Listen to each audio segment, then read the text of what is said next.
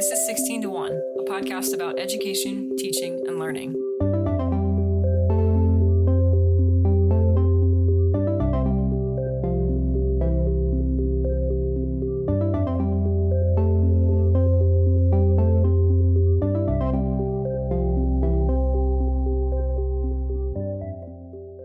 Hello. Hey. Hi. Hi.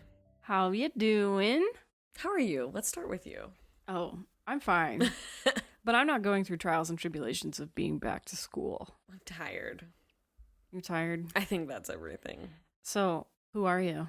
I'm Katie. Who are you? I'm Chelsea. This is 16 to 1. This week, we're dwelling in the back to school spirit. There's spirit, all right. Yeah. What kind of spirit? We've got spirit. A Yes, deadly we cursed do. one, maybe. A deadly pandemic version. There are some things that I thought I'd never say in teaching. I would say this is maybe the top of my list so far. Yeah. Hello. Anyways. Yeah. So, I mean, how is the first week back going? So you started yesterday, the time we're So when recording this this. episode comes out, that will have been we'll have been through 3 days with students. Mm-hmm. It's going pretty well. Yeah. I mean, it's nice to see them. I do enjoy that. Yeah. And they are happy to be back. You can tell. You So- showed me what looked like a treasure map that they have to follow to go from class to class yeah, in we order have to to have a Cheshire map. distance in the halls. What if they did that, but like a Marauders map version Yeah. of my I school? mean, it and did then you kind could of look see like where that. administrators and everybody. That would be so cool. This is close to the Marauders map, just not magic. Yeah, we have a map. And so, because we're trying to like limit flow of traffic, obviously, going from like class to class so kids can't like pass each other, all that kind of stuff. So it's a little complicated, I will say. The wing that I teach in, basically, they always have to go upstairs from, and I'm on the bottom floor. Even if their classroom is like 2 doors down, they have to go upstairs and walk around. I mean, and back there are out. a few classrooms they can get to, but Yeah. most of them are not in my area, Right. unfortunately. So seeing their little faces just drop when they learn they have to go up to come back down is not... You have to walk upstairs, walk down a hall, then walk Yeah, downstairs. Yeah, and you're like 10 feet from... To 20 do what? feet Yeah. from me. To do what would normally be a 20-foot walk. Yeah. Well. I mean, I think what I want to say about the students is that they're trying, you know, and I'm proud of them for that because it's not great, obviously. Mm-hmm. And so, I mean, we have up to 20 kids in a room. Some are larger. I think that the room is larger. Obviously, they can fit more kids, but for my room, it's 20. Mm-hmm. And they do a pretty good job of keeping their masks on and not, fidget. I mean, as much as they can. They're teenagers, but they want to do their sports and, actually, they want all those things. So they're pretty naturally motivated by this. But man, those days are long in a mask. God bless all the people who work daily with a mask on because it's hot under there. Yeah. It's a little sweaty. Yeah, my nose is dry. Like, my chin is dry. It's, like, weird stuff that... Doing some extra moisturizing. It seriously doesn't... Like, I feel so stupid complaining because I think about my friends who are nurses and, all of this stuff. And I sound like such a whiner, but I'm, like, getting used to it, So, Yeah. God bless everybody who actually does this. You are the real MVPs. I can do this, obviously, but... It's a lot. It is. It's just a learning curve. And also, teenagers are really, really sneaky. So they'll say something and you're like, who was that? And then no one raises their hand. Oh my gosh, makes me so mad. Mm-hmm. It's a lot of that. Because they're hiding behind their masks. I sort of wish that their masks like lit up when they made noise or something. Oh, that'd be nice. Yeah. You so should I knew invent who it that. was. You should invent that. A mask that has a microphone inside of it that will light up the mask if Yeah. it goes above a certain decibel and I'm like level. still taking attendance, obviously, because I can't see their faces. So I'm not going to know their names for a while. Like if they're not in their seat, I'm in trouble because I Right. can only tell so much. Yeah, so this week, in keeping with that spirit of being really dedicated to the job, kind of above and beyond even normal circumstances, we kind of decided, especially because Kate's just going back to school and everything is pandemonium right now, to give ourselves a little bit of a research break and kind of just step back now that we've got some shows under our belt and just think a little bit about why we both ended up caring enough about education and teaching and learning to do this podcast on this subject. Just a kind of bit of background about us and how we got to where we are. Yeah. So, if you don't care about us, that's fine. You can skip this episode, but we're really interesting and funny. Goodbye. So you should listen. Please don't leave. And we're still going to share what we learned this week, which is going to be very interesting, and some trivia at the end. So stick around. Yeah, we're just going to kind of talk through how and why we ended up How'd you get here? here. Yeah, what are you doing here? I What know what I I'm mean, doing here. Yeah, I'm kind of an imposter. You're the plus one to honestly. the podcast because you can do it. I am I'm not, the content manager. Yeah. Literally. I am not a classroom teacher. I- You're welcome. I let you on my podcast. I keep trying to remind all the listeners that I'm not a classroom teacher, but some of the comments that we've had feedback makes me think that I don't always make that abundantly clear, because somebody left us a comment about these teachers the other day, and I was like, oh, that's so sweet that Don't flatter they're being yourself. nice to us, but I'm not a teacher. I'm sorry. Well, I think, Yeah. can I say one thing about Sure. you as a person who cares about education is that what I have learned about Chelsea is that she definitely does walk the walk and talk the talk of education, but she is a dreamer of education. She is a perfect world sort of. Kids are motivated by their own internal. No, that's not fair. I don't think that all the time. No, but when we discuss education, a lot of times it's this really beautiful, like grandiose, like dead poets jumping on a desk education. I do spend a lot of time thinking about the sort of utopian ideal for But what I just education mean, could be. Like when you and I talk about it, I'm usually more like the realist of like, well, here's why classrooms don't look like that. Sure. And I know that you understand why they don't literally look like that, but I like your perspective because it is the one that if there were no standards, no state tests, things like that, that I think education would look like. But in my head, I'm like, okay, well, that's nice, except for. Yeah. See, I like to annoy classroom teachers, and I kind of learned this habit from my dad. He does the same thing, but I like to annoy classroom teachers because I go like, well, I don't care about that. I care about this other thing, and they're like, well, we have to do this, this, and this, and the answer to this. And I'm like, okay, cool. But in a perfect world, what would you do? What would it be? Yeah, like? I don't live there, so I don't go Right. there. And the problem is I do tend to focus on what a perfect world would look like in terms of an educational experience, because that's really like, that's what motivates me. That's what drives me. I know that it is annoying to have someone talk to you and just completely ignore all of the difficulties and realities of actual classroom teaching, but I also think that it's sometimes, and this is not teachers' faults, it's often like administrators that don't support them in districts that don't have good leadership on these issues. We know a few, maybe. But like a lot of this is because teachers aren't given the space that they would love to have to be able to do some of the things that I like to dream about in this grand scheme of stuff. But anyway, like you're saying, my love of education is kind of on the less practical side, more on the theoretical side, because I don't have the experience. Yeah. I've worked in a couple of different education related nonprofits, and I've done some adult and continuing education instruction. So I've kind of been in different kinds of classrooms, but not like the kind of classroom that you are in. And I did a teensy amount of K-12 classroom training when I was in grad school, but I'm very obviously not a classroom teacher. So this is kind of what you were talking about, but like we sort of thought that this tension between a non-classroom teacher, namely me, and a classroom teacher, namely Kate, on the topics that we cover would make for some interesting content, and we hope it does, but we often don't see eye to eye on some issues, though we think that disagreement is valuable. No, You don't think it's valuable? Oh, I do. No, that's not what I was saying. Oh. Too. Our disagreements are normally in the case of like, I hear you, Chelsea, but that cannot happen because of this, this, and this. And you are in the meantime too busy going on, but like, what if we just? It's like, well, yes. What if? Sure. If I had two wheels, I'd be a bike. It's like that video we watched. So If my grandmother had two wheels, she would be a bike. bicycle.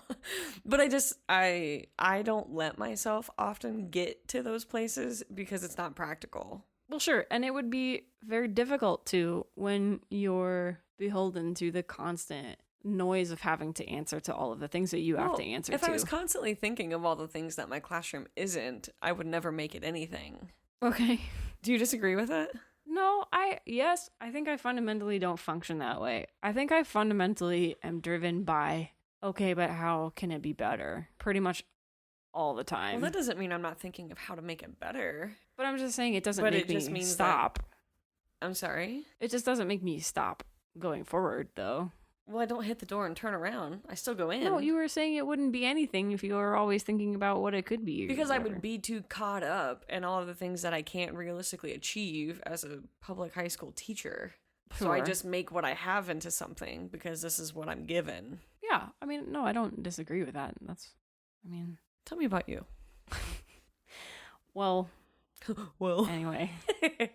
So we settled on this kind of world of teaching and learning and education because we both love it. I love learning primarily. That's sort of what got me interested in teaching and education, because I just love to learn. I love studying the art and science of teaching, if you want to call it that. I like to think about how the best kind of learning occurs, whatever that best kind of learning is.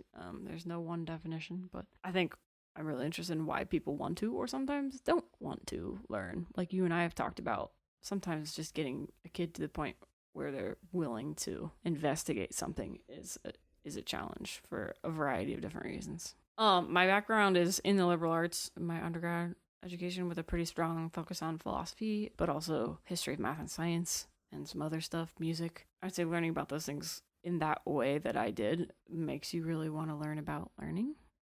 So then I went to grad school. I kind of applied to grad school thinking I wouldn't get in, and then I got in, and so I was like, okay, I guess I'm going to go do this program now. But my program it was philosophy and education is what that grad school program that I did was at Teachers College. And this put me in touch with some of those more practical aspects of schooling, like you were talking about. A lot more just kind of cramming theory and practice and classroom like methods and just stuff that I just was like, all the stuff that you slogged through. I was like, I can't do this. So, I mean, you know, my background is in, I would guess, what you were calling sort of lofty, ideal texts. Like, I came to my interest in education by means of reading, like, Plato and Augustine and Rousseau and Hegel and Paulo Freire in grad school and Gramsci and other people like that. I kind of got to it in a roundabout philosophical sort of way. I had something to add. Okay.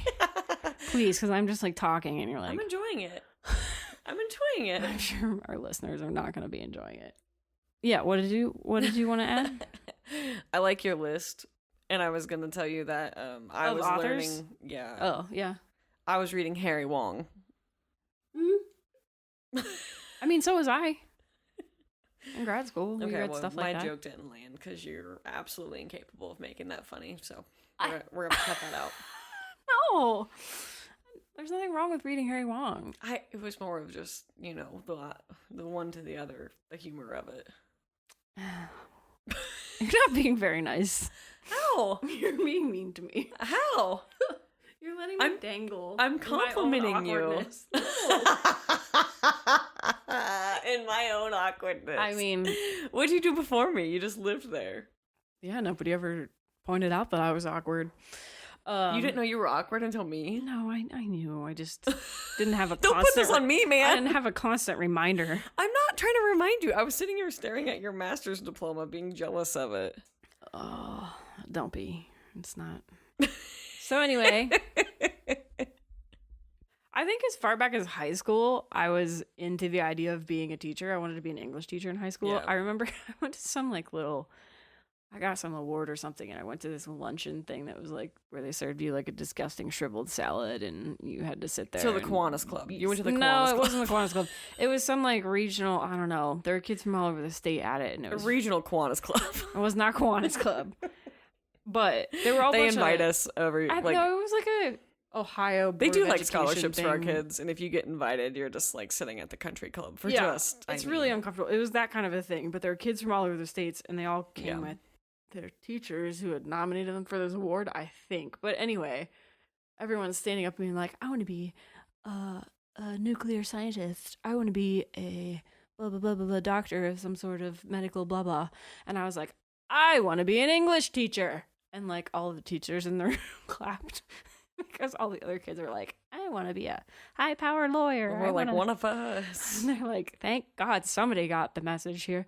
No, but so like, you know, that's kind of what I wanted to do in high school. And there's still part of me that kind of wishes I had done that. Cause I mean, but I just sort of realized as I went through college that I really just loved reading and writing, and that There's not a lot of that in teaching, unfortunately. like there's much less reading and writing as Than an you English think. teacher than you would want. There's a lot of rereading. Yeah. If you would really like to, read, I don't know, Caesar 5 times a year. Right. Teaching is a great profession. Which doesn't, that doesn't totally, that is not totally off-putting to me, that idea of rereading and really deeply studying texts, because I am the kind of person who can reread books over and over again and be happy to learn new things in them. But it's a little bit different. it is different. It's just reading to teach is a totally different kind of reading, I think. Can't agree.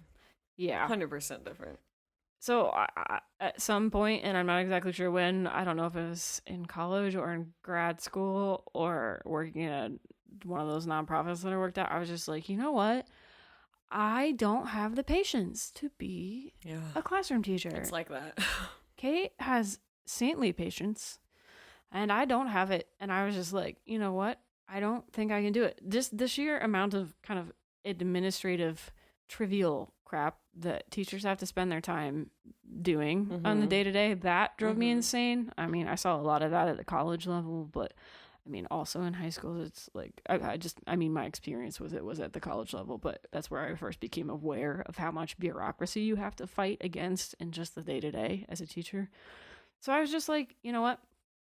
I can't be a classroom teacher, but I've still continued to be kind of obsessed with all of the concepts, and long term, I kind of want to do something like combine my sort of obvious geeky love of technology and my love of education and learning, and maybe put those things together in a kind of adult or professional continuing education kind of venture. We'll see. I don't know where that's going to go, but like that's sort of, my long-term life plan might be something along those lines, sort of combining my two loves into one there. I think it's possible, though. Yeah. So, I mean, it's so powerful. I mean, especially right now, teaching and learning as concepts are just so powerful right now, because I think there needs to be a lot of unlearning done. It's harder. Particularly for adults in this republic where you and I live in America. I think there's a really sort of serious threat to the integrity of the republic here, and I think a lot of that has to do with habits that need to be unlearned and ways of talking to one another, ways of acquiring information, ways of searching for knowledge and truth. We need to relearn and unlearn some of those things, I think, in order things to are deep too. They're not. Yeah.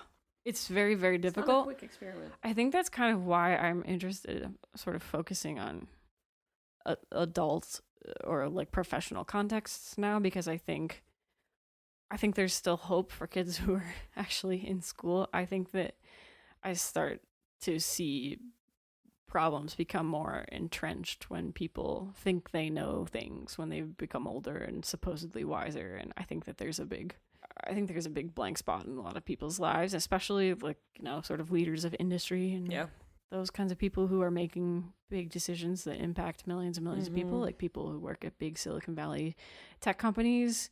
Those people are the kind of people who need to think about and unlearn a lot of things right now. So that's tough work, though. Yeah, Man. no, it's really hard work. That's why I still have no idea how to really go about it. I have some plans, but they are not real yet. So I just think that education and teaching is sort of the most important calling, and I really do think it's kind of more of a calling than a profession. It's something that you kind of respond to, you feel yourself responding to, rather than I don't know. It is for me anyway. I understand. And I sort of think it's a gateway to like everything. Yeah. A teacher can unlock the entire world for you. So teaching is foundational in that way. It is. I think it's a tough act to follow all of it. I agree with you. I definitely felt like it was what I needed to do. Mm-hmm. I don't think I ever really challenged myself to not think about being a teacher. So now as an adult, I'm like, maybe I should have, just to make sure this was exactly where I wanted to be. You know what I mean? I mean, I didn't exactly challenge myself. I never knew. Like, I mean, I had that idea of wanting to be a teacher for a little while, but I've had other 500,000. Yeah, I never other went ideas. through it like you did. I've never really not like I still don't want to be any one thing when I grow up. So the idea of being boxed in to any kind of really clearly defined career path has always bothered me somewhat. Sure. But that didn't mean I didn't really want it at the time. I did think for a while that that's what I wanted to do. Yeah, but, I just think it's fascinating because I feel like I mean, some people just know, and that's okay. Yeah. And you don't have to and I think I probably would have said that I just knew growing up. But also my dad was a reading teacher. That's how I, came into this essentially, was because when I was growing up, my dad was a teacher. He retired after 30 years in Ohio public schools and taught everything. Before I was around, he taught, I think at maybe the middle school or high school. And then he moved to Title I reading when I was young. Did that, moved to 5th grade, 4th grade reading, I think it was.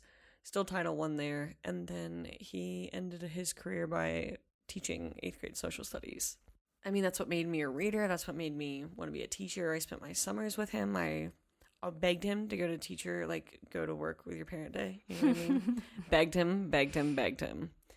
He would not take me. And then when I was in 5th grade, finally, he told me when I was older than the kids he had in class, he would let me go with him.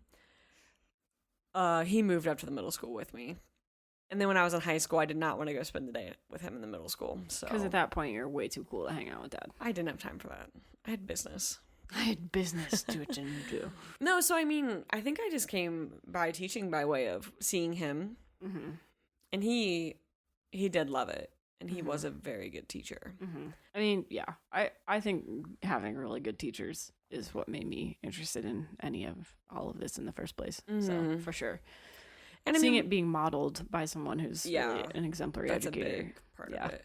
And my mom was a social worker, and she retired after at least 30 years of county social work in Ohio. And I just saw her being so exhausted and so tired. Mm-hmm. And I knew that was not the route that I could go. Personally, I don't know how she had the strength to do that, because I wouldn't have been able to get up and do what she did every day. But she loved it too.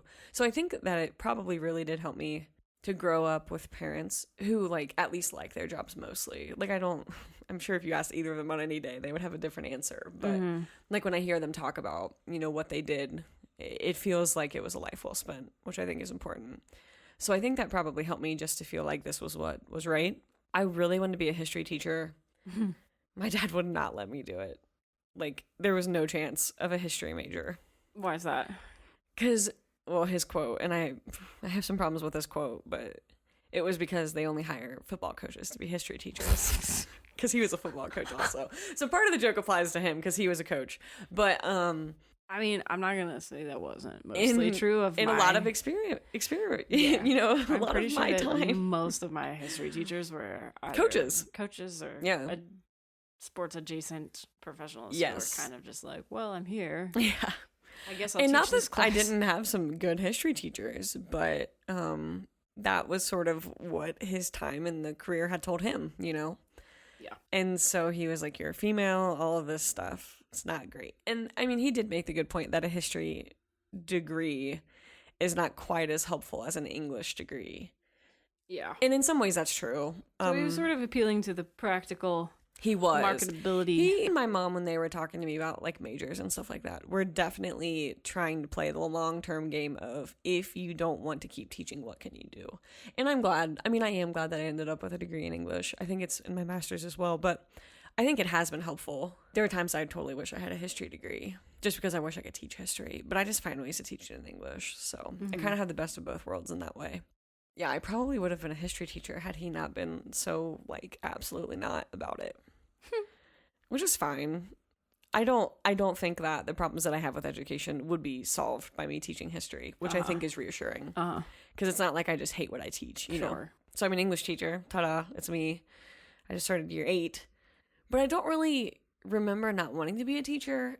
I've definitely thought of other things now, like that I've gotten the exposure to other professions of people who were former educators. Mm-hmm. So that's been kind of uplifting, I guess. I mean, I think that we both sort of came from a similar area, just in, kind of rural Ohio, sort of smaller school districts. But I think that must be common. I had no idea. They give you those like things that you fill out a bunch of bubbles and it gives you potential careers. Spits out your, I mean, you only ever know or hear of like 10 real jobs ever growing up. You're like, I'll be a teacher, I'll be a lawyer, I'll be a doctor, I'll be a veterinarian, I'll be a firefighter, like policeman. Those are the options.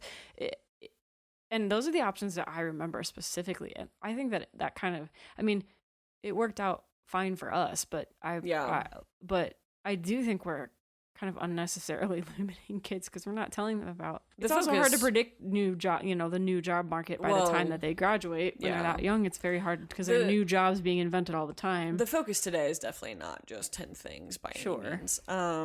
We do a lot with our kids to try to get them all kinds of opportunities and to learn about all types of profession, you know what I mean? So I think that there has been a shift, but I do remember exactly what you're talking about, sitting in careers class in 10th grade and it being just like that. So I'm with you. I do think it's a little bit better now, I will say. That's good. I personally, man, I'm tired. I don't really have a better phrase for it. I love teaching, but I'm tired of all the things that come with teaching.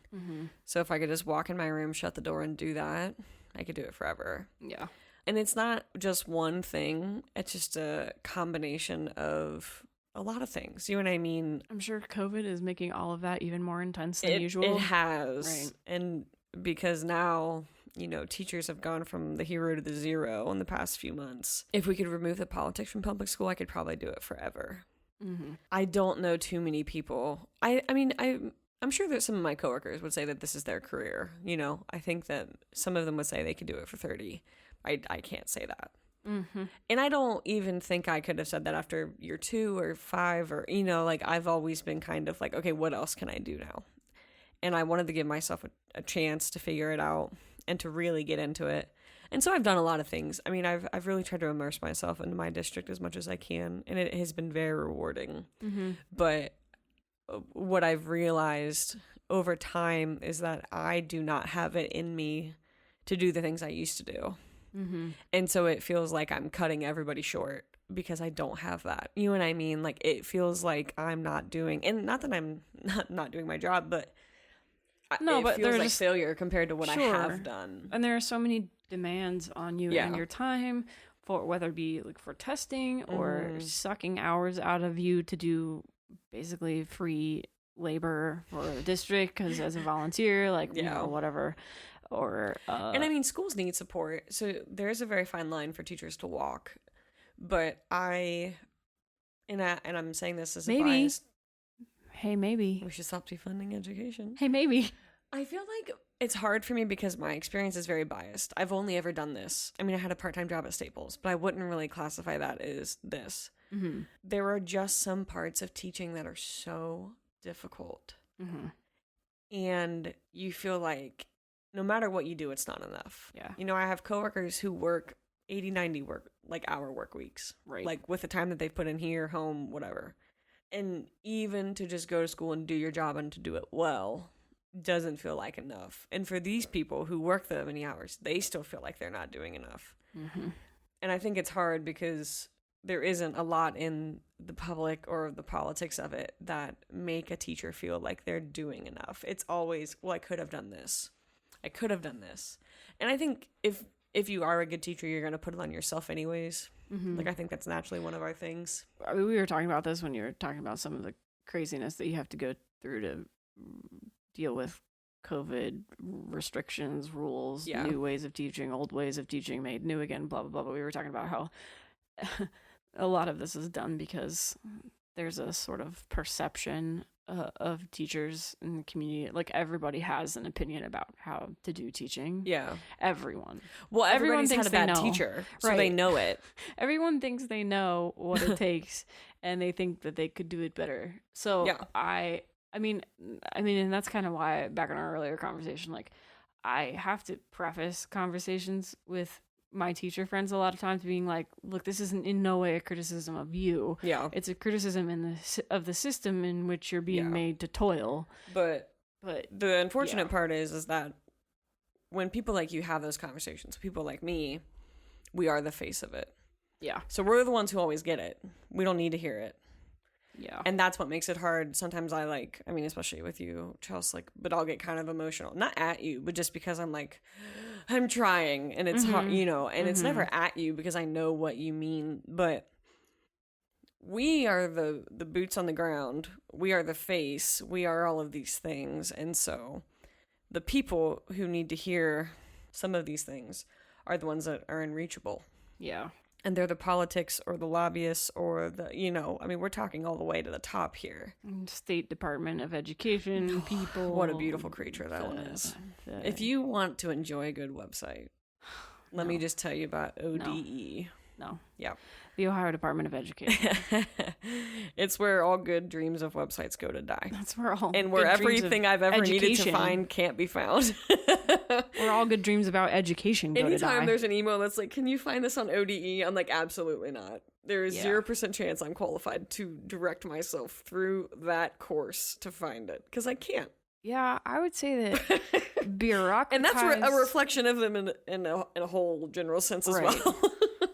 I would say that the bureaucratized administrative blah blah blah, that whole machinery is very technology averse and very sort of progress averse. Like, people who get to that level of education like to keep things exactly the way they were when they were there because it's easy and doesn't require them to know new things or learn new things or be, listening to active voices in the educator community.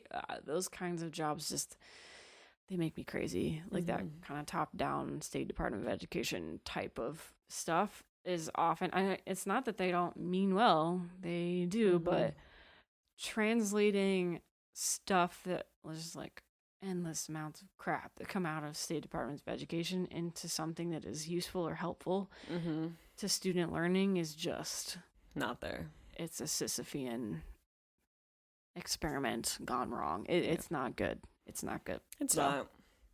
I mean, I feel like all I've done is complain about it, but it has been the greatest joy. And it does bring me great joy to get to go do it. And I get excited to do things. And like today, I got to have some fun with the kids, and so it's all instantly rewarding. You know what I mean? And so and it's something that keeps giving in a lot of ways, both good and bad. Yeah, I would agree with you that my few moments of classroom and classroom like teaching, most of it was just like this chaotic slog of me trying to figure out what I was doing wrong or not, what I could do better. But there was just these few moments every once in a while where whomever the students were something would click, and you're just like, you just get this kind of endorphin rush when that happens. It's like, wow, something happened here. Yeah. And there's real, there's genuine learning. Those moments happening. are either my favorite or least favorite thing on earth because they almost always come when I didn't prepare for what happened that caused them. Right. They tend to be spontaneous in a way that is frustrating. I have this year I have 4 preps of the same class. So I have them, 4 different groups of them in a day. And I feel so bad for my first group because I'm just like, I think this will work. And then it doesn't go great. And then 4th period gets a little bit better. And then by my last 2, we're like cooking. And I'm always just like, gosh, you guys deserve so much better than first period missed day or whatever, it's just, it makes it hard. But it's always those moments that they love the most where things happen. And it was not anywhere near what I thought was going to happen that day, which is the beauty of it. But that's also the proof of, you can spend a lot of time making some really great lessons and they're horrible. So it keeps you honest. I'll say that about teaching. It's made me be very humble.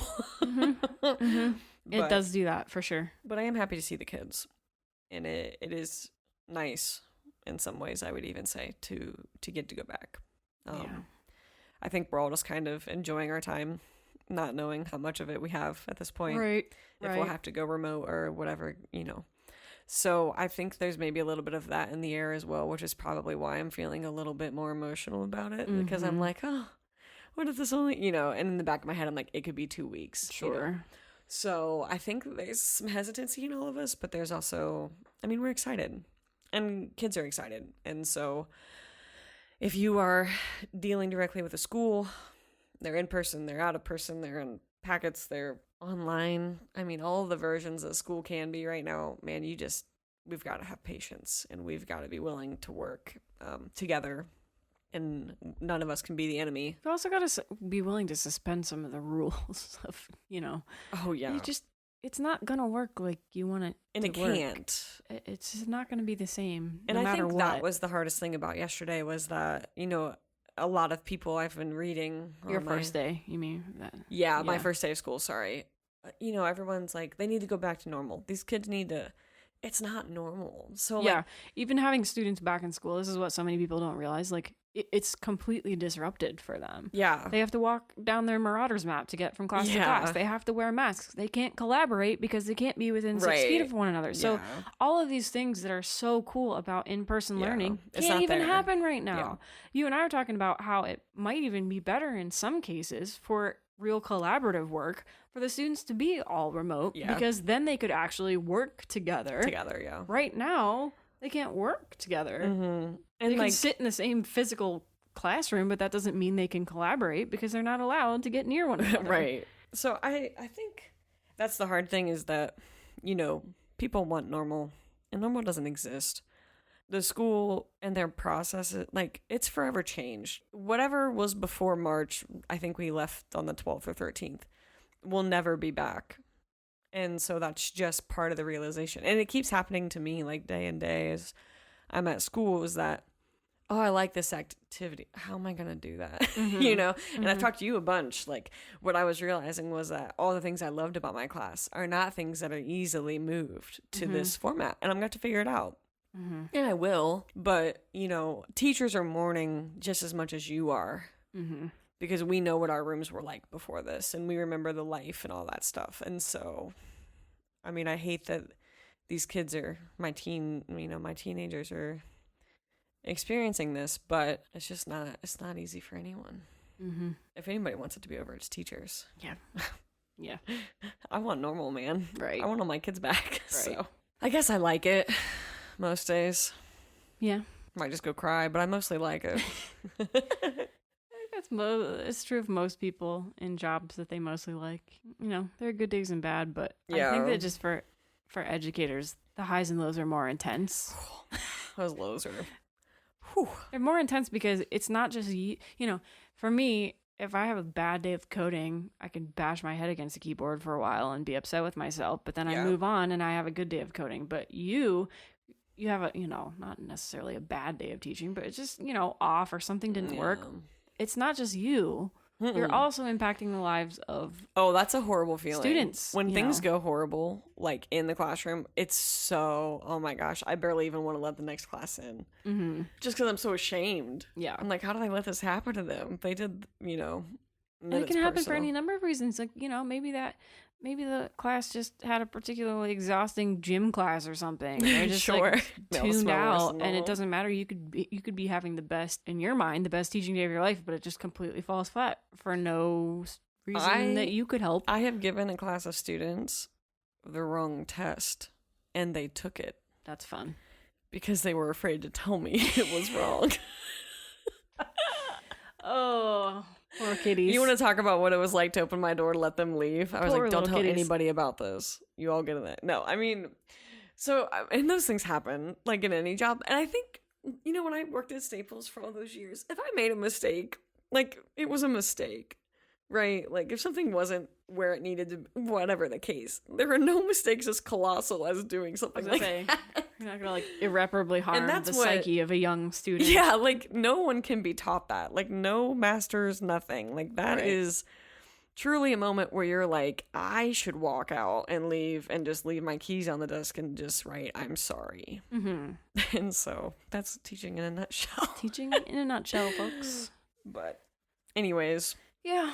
All right. Ugh, You want to move on to our fill I'm in the just blank? sitting in this right now. You're just sitting in the yuck. I'm sitting in the yuck. No, it's not all yuck, but some of it's yuck. Okay, last week's question. Yes. You didn't give it away. I didn't. Here we go. This famous American director and producer with dyslexia has won 4 Primetime Emmy Awards, 7 Daytime Emmy Awards, and is most known for having created the first summer blockbuster ever in 1975, which earned him $60 million in its first month. So who is that American director and producer? It's Steven Spielberg. Yeah, it is. And what was that movie? Jaws.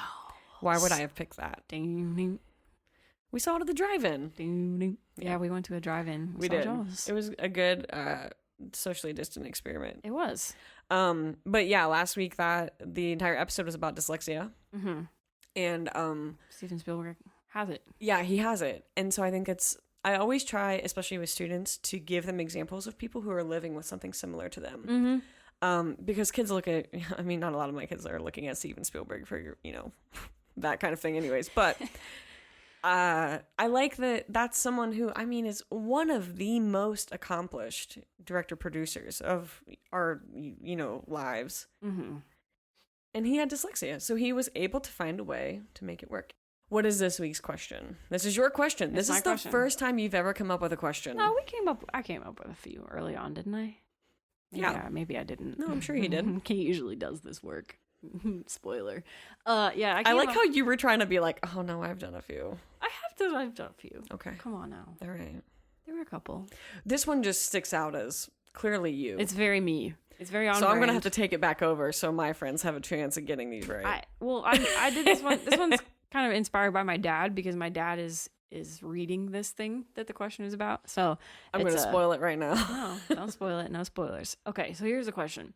This is a treatise on the nature of education and humankind written by Jean-Jacques Rousseau and published in 1762. Rousseau considered it to be the, quote, best and most important, unquote, of all of his writings, due to a section of the treatise entitled Profession of Faith of the Savoyard Vicar. The book was banned in Paris and Geneva and was publicly burned in the year it was published, which is really fun. So it's a treatise on education and on people, and it's often very funny, but also very dense. So we're looking for the name The name of the of treatise. that treatise. Yes. Okay. Give it a shot. I'm going to write in and get the sticker. You're going to write it. I'm going to have to copy and paste it so I spell it right. Give ourselves a sticker. All right. The last thing. Yeah. You have really learned something. What we learned. Yeah, I fell down a big old Twitter hole. Somebody posted about how they were asked, I think by a school or a club or something, to participate in an auction for charity. These are kind of things that you've probably heard about, like fraternities and sororities do Is this them. the I just read a tweet from someone. It was a black woman who Yeah. said that she'd Yeah. been asked and then Yeah. it canceled the event. Yes, so they asked her to basically be Auctioned off. And she's like, I'm not sure me standing in front of a bunch of white people and being auctioned is the best optics for you there. And so they canceled the whole event. They just called it off. They were Which like, good for "Crap." her. Yeah, so no, it was that tweet. But then That I was was a reading, great tweet. It was a great tweet, but I was reading the responses to that tweet, and it was everybody telling horror stories of stuff that they were made to do that is Oh, along these same no. lines. So they were like, there are people who are like, yeah, my college had a slave auction where underclassmen were auctioned to their peers for charity. So you have to do jobs for them for a day or rub their back or whatever gross thing they're going to make you do. There are also demonstrations where students are, this is supposed to be how you're supposed to learn about slavery, but students are required to pick cotton on a plantation and also do a reenactment of the Underground Railroad where they have to run through the woods and be led to freedom in order to, quote, experience slavery. Okay, and the one that I actually learned, this thing that I learned about, it's because some students were talking about having to do a reenactment of the Oklahoma Land Rush of 1889. So these are students like former students of Oklahoma public schools. Okay. So this is an event where settlers. Oh no, Yeah. this is about okay. Yeah, so these are Yeah. mostly white settlers, but also Yeah. some newly freed black populations. Oh no. They all, it's like 50,000 people line up at the border of Oklahoma or one of the territories or something. You are So kidding me. they make, so it's like 50,000 people. They make a mad dash across the Oklahoma territories, which formerly belonged to indigenous people, obviously. Of course they were did. Relocated by a whole series of really problematic Of course they did. laws. So anyway, this became federal property, and then they were going to... So it goes. Right, but then they were like, oh, okay, we'll open this up to homesteaders. So there are just... So this was like the first land rush into what came to be called unassigned lands. And this is... We probably learned about this part in history, but like, they're like, oh, the homesteaders, if they tended the land for 5 years, they got to keep it. It's like, okay, well, where'd that land come from? First of all. But second of all, anyway. Oh, I'm yeah, mad. so 50,000 people lined up for a chance to go claim 160 acres per, person or family or whatever it was, Okay. of an available 2 million acres So we're in talking- Oklahoma's Okay, that's a lot of unassigned that's a lands. lot of land. It's a lot of land. And people were like trampled, like thousands of people died in these land rush things Stop it. because it starts at high noon. There's like, I don't know, a gunshot or something to mark the beginning of the great race to go claim land. But people so they get, just go tearing. yeah, you just go running. And what do In you your do when you get Conestoga there? wagon or whatever it is. Stop. I'm not even kidding. I've You've got gotta like look into wagons and like people just trampling all over one another. So like thousands This of is people what I was missing. are killed or injured. in episode 1. Oh, the Oregon Trail. Yeah. Imagine. Yeah, we... How did you claim your land? I don't actually know that Okay, part. that'll I be a need to go look follow-up. up how you actually I'm put the so stake in the curious. ground or something. But yeah. You just sit. So I learned about fine. I learned about this particular one. Like, we've all kind of abstractly heard about people claiming territories to the west, but this one was in particular was So they really the lined one them that up. they had to reenact at their Oklahoma public high school. So they just went like running across the yard. I guess so. I don't know. Like I maybe love they it. had stakes and Oh, that teacher was little surveying trying. tools, and everyone Surveying was like, tools. "Are you kidding me? They all brought their Are you wagons. kidding me?" But the problem with all of these things is that students are just made to do this regardless of, oh, maybe we shouldn't have our black students be Well, it's doing also, like, reenacting cotton picking. Mostly cultural appropriation. Yeah, they're like reenacting slave, like you don't. You can't reenact the slave auctions, and they're having they're this thing about the land rush. They're like, okay, what if you have indigenous students? Like, how are you Who gonna were forced off feel their about land? that? Oh, I'm How is mad. everyone anyway? Ugh, I just So I guess don't I learned like that people do like wildly inappropriate reenactments, and also I learned about this particular one that this was based off of. So Well, this week yeah, what did you learn? I- Hopefully something much less troublesome. I was looking at our notes, and Chelsea has roughly 1,000 words, and I have I had to write an essay on this 10 phenomenon. exclamation points It's okay. You have more enthusiasm. and 2 fragments. So Well, what'd you learn? I refinanced the house. You learned how to refinance your I did. I hadn't mortgage. done it. This is the first house I've ever owned. And I had to refinance. And it was very interesting because this is a good time if you're looking. Save me some money. Cut a year off my loan. I'm like peak adulting. Like 30 hit hard. Yeah, I sure did. So here I am. Most Very good. importantly, Yes. I bought an air fryer on Amazon. Ooh. I have not done anything with it. Look at you, trendy I'm afraid little of it. COVID I am cooker. more afraid of the air fryer than I am of the Instant Pot. And the Instant Pot can actually blow off my hands. Yeah, it can. So why am I afraid of an air fryer? Yeah, why are you afraid of the air fryer? It's the unknown. It's the great unknown. Well, okay, we'll have to just fry something in it, and then you won't be Well, afraid anymore. Go get some Twinkies. We'll fry if no 'em. one figures out the answer to the question this week, they can just send me air fryer recipes. Okay. And then in 2 weeks, we can maybe do a brief... Send us your fill in the blank answer and air fryer Also, recipes. And maybe we can center our next episode around that thing historically, and we'll find a way. Around the air fryer? Whatever we fry in it. Unless it's like bagel bites, and then we're going to have a hard time. I love me some bagel bites. But It's a okay, guilty so pleasure I learned how to do that, That's good. and that was a good adult thing. Yeah. And then I got an air fryer, and that feels like a good adult thing. I was mostly just looking for like quick meals for Mhm. going back to school, Mhm. and everyone keeps talking about them at work because they all have one and I don't apparently. Oh. And I guess they're healthier, so I don't know. Probably not when you put bagel bites in it, but Well, it's we got to fine. get deep into air frying. That's going to be our next adventure in cooking. All right. Anything else? No, anything else from you? I think I'm getting a sinus infection. That would be on par for week 1 with students. Sounds about right. Black lives still matter. Yeah. Wear a mask. Yes. Go vote. That too. See you in 2 weeks. Bye.